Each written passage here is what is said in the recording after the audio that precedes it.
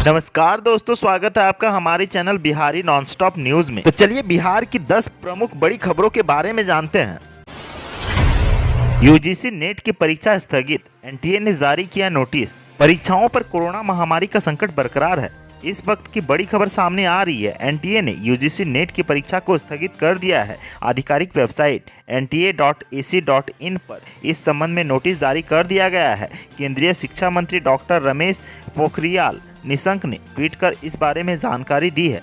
Corona virus के बढ़ते संक्रमण को देखते हुए नेशनल टेस्टिंग एजेंसी ने मंगलवार को यूजीसी नेट की परीक्षा को स्थगित करने का निर्णय लिया है। इस संबंध में नोटिस भी जारी कर दिया गया है। नोटिस में कहा गया है कि दिसंबर 2020 साइकिल के लिए यूजीसी नेट की परीक्षा 2 मई से लेकर 17 मई 2021 तक कंप्यूटर मोड पर होनी थी, लेकिन वर्तमान परिस्थिति और अभ्यर्थियों के स्वास्थ्य को ध्यान में रखते हुए इसे एक बार फिर स्थगित किया जा रहा है। एनटीए ने कहा है कि परीक्षा की तारीख से 15 दिन पहले अभ्यर्थियों को नए एग्जाम शेड्यूल की जानकारी दे दी जाएगी। इस बीच अभ्यर्थियों को सलाह दी गई है कि वे एनटीए और यूजीसी नेट की आधिकारिक वेबसाइट विजिट करते रहें। गौरतलब हो कि देश भर में कोविड-19 के बढ़ते मामलों को देखते हुए सरकार ने नीट, पीजी और जेईई मेन परीक्षा अप्रैल सेशन को स्थगित कर दिया है।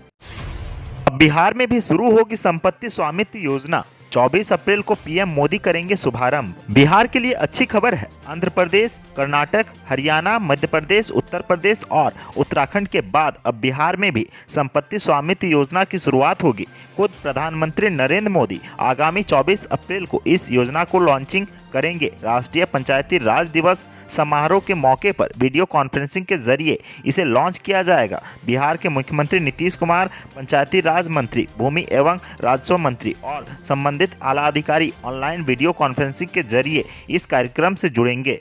बताते चले कि इस योजना के तहत ग्रामीण क्षेत्रों में भी भूमि का सर्वे और मैपिंग का काम किया जाएगा, जिसके बाद लोगों को उनकी जमीन और मकान का एक प्रॉपर्टी कार्ड दिया जाएगा, जिसमें उनके भूमि संबंधित पूरी जानकारी रहेगी। इस प्रॉपर्टी कार्ड की मदद से बैंकों में लोन की सुविधा भी उन्हें उपलब्ध हो सकेगी। उनके पास अपनी संपत्ति का एक रिकॉर्ड भी उपलब्ध रहेगा। पप्पू यादव ने 2.5 दर्जन से ज्यादा कोरोना मरीजों को दिया ऑक्सीजन सिलेंडर। कहा, जरूरतमंदों को ऑक्सीजन उपलब्ध कराएगी जाप। बिहार में कोरोना महामारी विकराल रूप धारण कर चुका है। चारों तरफ त्राहिमाम मचा हुआ है। जन अधिकार पार्टी के राष्ट्रीय अध्यक्ष पप्पू यादव ने आरोप लगाया है कि बिहार में ऑक्सीजन और आवश्यक दवाओं की ब्लैक मार्केटिंग हो रही है। ऑक्सीजन और दवाओं के अभाव से लोग मर रहे हैं। लोगों के लिए ऑक्सीजन सिलेंडर की व्यवस्था करने के लिए जन अधिकार पार्टी प्रतिबद्ध है। आज 30 से ज़्यादा कोरोना मरीजों को ऑक्सीजन सिलेंडर दिया गया। पार्टी कार्यालय में आयोजित प्रेस कॉन्फ्रेंस में बिहार सरकार पर हमला बोलते हुए पप्पू यादव ने कहा कि जो सरकार अपने नागरिकों के लिए ऑक्सीजन और दवाओं की व्यवस्था नहीं कर पाए, उसे 1 मिनट भी सत्ता में रहने का अधिकार नहीं है। सिप्ला कंपनी के कुछ लोग प्रशासन के साथ मिलकर रेमडेसिविर की ब्लैक मार्केटिंग कर रहे हैं। इस लूट में शामिल लोगों के खिलाफ हम आंदोलन करेंगे। कालाबाजारी के कारण पटना में इसकी कीमत 34,000 रुपये से ज़्यादा हो चुकी है। पप्पू यादव ने आगे कहा कि एनएमसीएच के अंदर कोई सीनियर डॉक्टर अंदर नहीं जाता है। सफाई की स्थिति बहुत ही खराब है। मरीजों को उनके परिजन से नहीं मिलने दिया जा रहा है। पूरी व्यवस्था बदहाल है। कई मरीज एनएमसीएच कैंपस में मर रहे हैं। सरकार द्वारा जारी दिशा निर्देशों के बारे में पप्पू यादव ने कहा कि बिहार में लॉकडाउन जैसे हालात है, मजदूर बेरोजगार हो गए। हमारी मांग है कि सरकार हर मजदूर के बैंक अकाउंट में 6-6 हजार रुपये जमा कराए। जेडीयू सांसद ललन सिंह ने तेजस्वी पर बोला हमला। कहा, संकट आने पर बिल में घुस जाते हैं वो। बिहार में कोरोना संक्रमित मरीजों की संख्या थमने का नाम नहीं ले रही है। त्रासदी की इस घड़ी में जदयू सांसद ललन सिंह ने नेता प्रतिपक्ष और आरजेडी नेता तेजस्वी यादव पर निशाना साधते हुए कहा है कि जब भी बिहार पर संकट आता है, तेजस्वी बिल में घुस जाते हैं। उन्होंने आगे कहा कि इतिहास गवाह रहा है कि तेजस्वी यादव ने कभी भी जनता के बीच में रहकर सेवा नहीं की। ललन सिंह ने कहा है कि नेता प्रतिपक्ष तेजस्वी यादव बिल में घुसकर सिर्फ बयानबाजी करते रहते हैं। जेडीयू सांसद ललन सिंह ने कहा है कि तेजस्वी कोई ज्ञानी पुरुष नहीं है। उनका अभी तक हाई स्कूल में भी एडमिशन नहीं हुआ है। तेजस्वी के बयान पर किसी तरह का नोटिस लेने की जरूरत नहीं है। बिहार के मुख्यमंत्री नीतीश कुमार सभी परिस्थितियों को देखकर ही फैसला ले रहे हैं।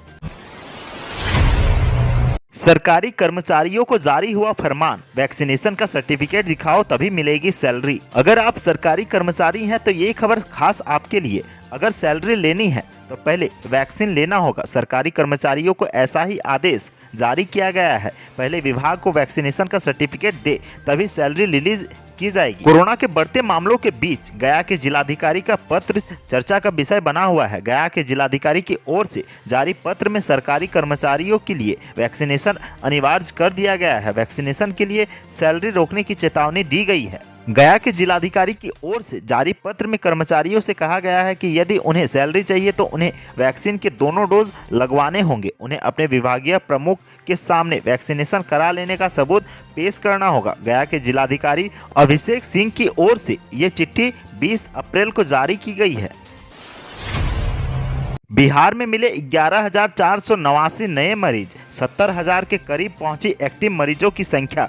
पटना में 2,643 न्यू केस। बिहार में कोरोना महामारी का संक्रमण बड़ी तेजी से फैल रहा है। राजधानी पटना में कोरोना की दूसरी लहर कहर बरपाने में बाज नहीं आ रही है। बिहार सरकार की ओर से जारी ताजा आंकड़े के मुताबिक बिहार में कुल 11,489 नए मरीज मिले हैं। राजधानी पटना, गया, औरंगाबाद, बेगूसराय, पश्चिमी चंपारण, सिवान, मुजफ्फरपुर, भागलपुर और सारण में जबरदस्त पॉजिटिव केस मिले हैं। गुरुवार को बिहार सरकार की ओर से जारी ताजा आंकड़े के मुताबिक पिछले 24 घंटे में कोरोना के कुल 11,489 नए मरीजों की पहचान की गई है। इसी के साथ बिहार में एक्टिव मरीजों की संख्या लगभग 70,000 के करीब पहुंच गई है। सूबे में कुल सक्रिय मरीजों का आंकड़ा 69,898 हो गया है। राजधानी में पटना में सर्वाधिक 2,643 नए पॉजिटिव केस सामने आए हैं। स्वास्थ्य विभाग की ओर से जारी ताजा आंकड़े के मुताबिक पिछले 24 घंटे में राजधानी पटना के अलावा मुजफ्फरपुर, भागलपुर और सारण में जबरदस्त पॉजिटिव केस मिले हैं। मुजफ्फरपुर में 602, सारण में 441 और भागलपुर में 387 मरीज सामने आए हैं। औरंगाबाद में 498 और बेगूसराय में 530 पॉजिटिव मरीज मिले हैं। तेज आंधी और बारिश की संभावना। पटना समेत बिहार के 17 जिलों के लिए अलर्ट जारी। तेज आंधी और बारिश को लेकर मौसम विज्ञान केंद्र ने अलर्ट जारी किया है। मौसम विज्ञान केंद्र के पूर्वानुमान के मुताबिक पटना, वैशाली, मधुबनी, सीतामढ़ी, शिवहर, सारण, गोपालगंज, पश्चिमी और पूर्वी चंपारण जिले में 30 से 40 किलोमीटर प्रति घंटा की रफ्तार से हवा चलने की संभावना है। वहीं मुजफ्फरपुर, समस्तीपुर व दरभंगा में 50 से 60 किलोमीटर प्रति घंटा और सुपौल, सहरसा और मधेपुरा में 40 से 45 किलोमीटर प्रति घंटा की रफ्तार से हवा चलने के अलावा मेघ गर्जन, बिजली के साथ हल्की से मध्यम वर्षा की संभावना भी है। मौसम विज्ञान ने वर्तमान रेडार और अन्य प्रेक्षण के अनुसार यह अलर्ट जारी किया है। कोरोना संकट को लेकर हाईकोर्ट का आदेश। ऑक्सीजन और बेड की उपलब्धता के आंकड़े हर दिन जारी करे सरकार। बिहार में कोरोना संक्रमण की स्थिति को देखते हुए स्वास्थ्य सुविधाओं की मॉनिटरिंग कर रहे पटना हाईकोर्ट ने इस मामले की सुनवाई करते हुए बुधवार को नया आदेश जारी किया है। हाईकोर्ट ने राज्य सरकार को आदेश दिया है कि प्रतिदिन राज्य में ऑक्सीजन की बेड की उपलब्धता का आंकड़ा जारी करे। इस मामले की सुनवाई पटना हाईकोर्ट के स्पेशल बेंच में हो रही है। जस्टिस चक्रधारी शरण सिंह व जस्टिस मोहित शाह की खंडपीठ ने राज्य सरकार को निर्देश दिया है कि गुरुवार से रोजाना राज्य के हर कोविड अस्पतालों में बेड की संख्या और उपलब्धता का आंकड़ा जारी करे। हाईकोर्ट के पिछले आदेश का अनुपालन में राज्य मानवाधिकार आयोग के निरीक्षण जो रिपोर्ट पेश हुई है उसे देखकर हाईकोर्ट भी हैरान हो गया है। आयोग के सचिव राजेश कुमार व पटना एम्स के निदेशक डॉक्टर पीके सिंह की टीम ने 19 अप्रैल को एनएमसीएच का दौरा कर जो रिपोर्ट प्रस्तुत किया उसके मुताबिक एनएमसीएच में कोरोना मरीजों के लिए 400 बेड हैं, जिसमें सिर्फ 175 बेड पर ही मरीजों को भर्ती पाया गया, बाकी 225 बेड खाली थे। बिहार में इलाज के लिए भटक रहे हैं संक्रमित पुलिस वाले। नीतीश सरकार से पुलिस अस्पताल को कोविड हॉस्पिटल बनाने की मांग। बिहार में कोरोना महामारी का प्रकोप जारी है। राज्य में बड़ी संख्या में लोग कोरोना संक्रमित मिल रहे हैं, जबकि इन दिनों रोज 4 दर्जन से ज्यादा लोग की मौत भी हो रही है। सूबे में नेता, अधिकारी, पुलिसकर्मी भी लगातार इसकी चपेट में आ रहे हैं। बिहार में अब तक 200 से ज़्यादा पुलिसकर्मी संक्रमित हो चुके हैं। इनमें से कई ऐसे पुलिस वाले हैं जो ठीक से हो चुके हैं, लेकिन कुछ ऐसे भी हैं जो इलाज के लिए भटक रहे हैं। अस्पतालों में उन्हें बेड नहीं मिल रहा है। कोरोना से जंग जीतने के लिए वे इधर उधर भटक रहे हैं, इसीलिए पुलिस अस्पताल को कोविड हॉस्पिटल बनाने की मांग हो रही है। पिछले दिनों बिहार के डीजीपी एसके सिंघल के आदेश के बावजूद भी बिहार में कोरोना संक्रमित पुलिसों के इलाज की समुचित व्यवस्था नहीं हो पा रही है, जिसे लेकर एक बार फिर से बिहार पुलिस एसोसिएशन ने बिहार सरकार के स्वास्थ्य मंत्री मंगल पांडे को पत्र लिखा है। इस पत्र में पुलिस एसोसिएशन ने अपनी पीड़ा व्यक्त की है और राज्य सरकार से पटना स्थित पुलिस अस्पताल को कोविड डेडिकेटेड हॉस्पिटल घोषित करने की मांग की है, ताकि संक्रमित पुलिस वाले और उनके परिवार के संक्रमित लोगों की इलाज संभव हो सके।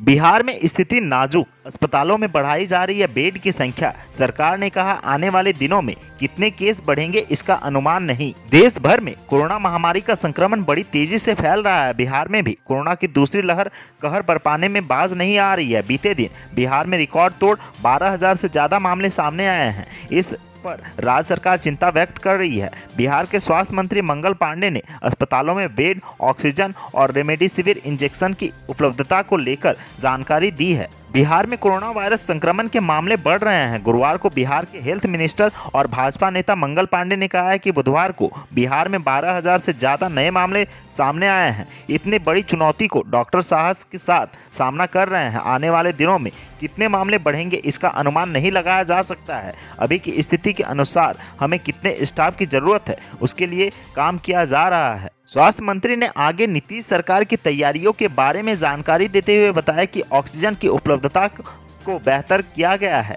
रेमडेसिविर के लिए केंद्र सरकार द्वारा विभिन्न राज्यों के लिए कोटा सुनिश्चित किया गया है। आने वाले समय में उपलब्धता और बेहतर हो जाएगी। उन्होंने आगे कहा कि ऑक्सीजन और रेमडेसिविर की उपलब्धता बढ़ाई गई है। हम अस्पतालों में भी बिस्तर बढ़ा रहे हैं। हम बस स्टैंड और रेलवे स्टेशन पर अधिक परीक्षण कर रहे हैं। हमारा उद्देश्य अपने फ्रंटलाइन वर्कर्स की सुरक्षा करना है। तो आज के सुर्खियों में बस इतना ही। बिहार से जुड़ी खबरों के लिए सब्सक्राइब करें हमारे चैनल को और साथ ही साथ अपने दोस्तों और रिश्तेदारों में शेयर जरूर करें। धन्यवाद।